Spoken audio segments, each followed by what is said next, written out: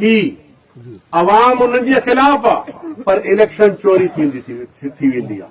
अगर हे इलेक्शन भी चोरी थी वही खुदा न ख़ास्ता त कमू शहीद खां वठी वो जेको बॉर्डर आहे सिंध जो कराची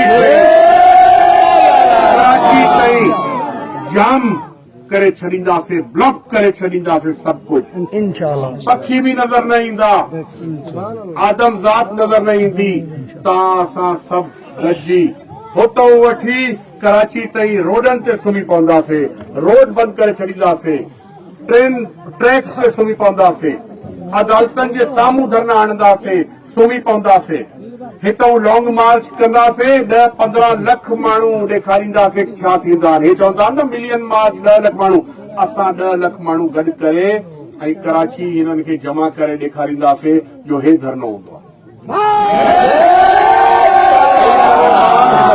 सरकारी ब्यूरोक्रेसी खे चवणु चाहींदुमि हे इलेक्शन फेयर न थिया त कुझु बि थी सघे थो। अल्लाह रहम करे पाकिस्तान ते, असां पाकिस्तान जा हामी आहियूं, पर हिन खां पहिरियों बि पाकिस्तान बांग्लादेश जेको अलॻि थियो हो, छो थियो हो ख़बर आहे तव्हांखे? पहिरियों बांग्लादेश भी पाकिस्तान जो हिस्सो हुयो, पोइ अलॻि कीअं थियो? शेख मुजीबुर रहमान जुल्फिकार अली भुट्टो खां वधीक सीटूं खटी वियो हुयो, त हुन दौर में पीपल्स पार्टी वारनि नारो हयो हो, उधर तुम तो इधर हम, मुल्क ॿ हिस्सनि में विरहाइजी वियो, मुल्क पाकिस्तान टुटी पियो। अॼु वरी पीपल्स पार्टी जी साज़िश साॻी आहे, धांधली करे सिंध जा सभु माण्हू हिननि जे ख़िलाफ़, पोइ वोट काथों ईंदा आहिनि? हे जाली वोट विझंदा आहिनि ऐं रिज़ल्ट पंहिंजी मर्ज़ी जो आणींदा आहिनि। 15 सालनि खां हे मुल्क खे, सिंध खे तबाह था कनि। सिंधी माण्हू थी नथो सघे हिननि सां प्यार करे, मुमकिन ई न आहे। सिंधी माण्हू पाकिस्तान जो पीउ आहे, बाबो आहे। सभिनी खां पहिरियों पाकिस्तान खे तस्लीम कंहिं कयो ख़बर आहे तव्हांखे? सिंध असेंबली। सिंध असेंबली में रेजोल्यूशन पास थी पाकिस्तान जे हक़ में, बाद में पंजाब में थी, बाद में KPK में थी, बाद में बलूचिस्तान में थी।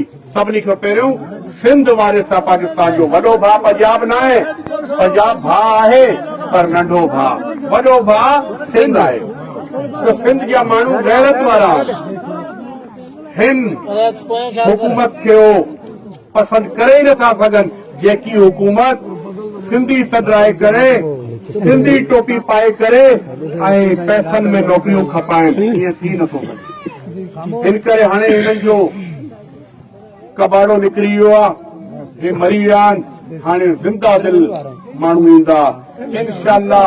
मौलाना फजलुर रहमान साहब, नवाज शरीफ साहब, पीर साहब पगारे जो इत्तेहाद आहे,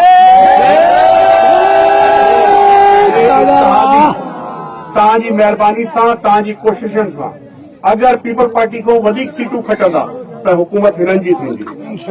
ऐं अगर इलेक्शन अगर पीपला चोरी कंदा त हुकूमत तो उन्हनि जी थींदी, पर 2-3 महीना भी न हली सघंदी, न हलण ॾींदासीं।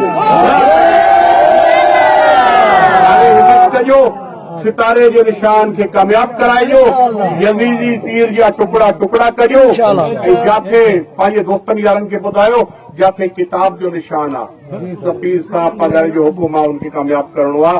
मतिलब वो किताब जो निशान आम किताब न आहे, वो तव्हांजे मुर्शिद जी मलफूज़ात आहे। जाथे सितारे जो निशान आहे, आम सितारो न आहे, पंजतन जो सितारो आहे। जाते असांजो इत्तेहाद शींहं सां आहे त हो तव्हांजे सूर्य बादशाह जो शींहं आहे, पगारे जो शींहं आहे, जाते शींहं जो बर्बाद करणो आहे त तीर जे निशान खे बर्बाद करणो। पोइ चवंदा न राणा तुंहिंजो राज थींदो, राणा तो मां लख थींदा। पोइ सिंधी माण्हू, पोइ सिंधियुनि जो राज थींदो, पोइ तव्हां मूं लख थींदा। हाणे कामयाबी परे न आहे, एडवांस में तव्हांखे मुबारक हुजे।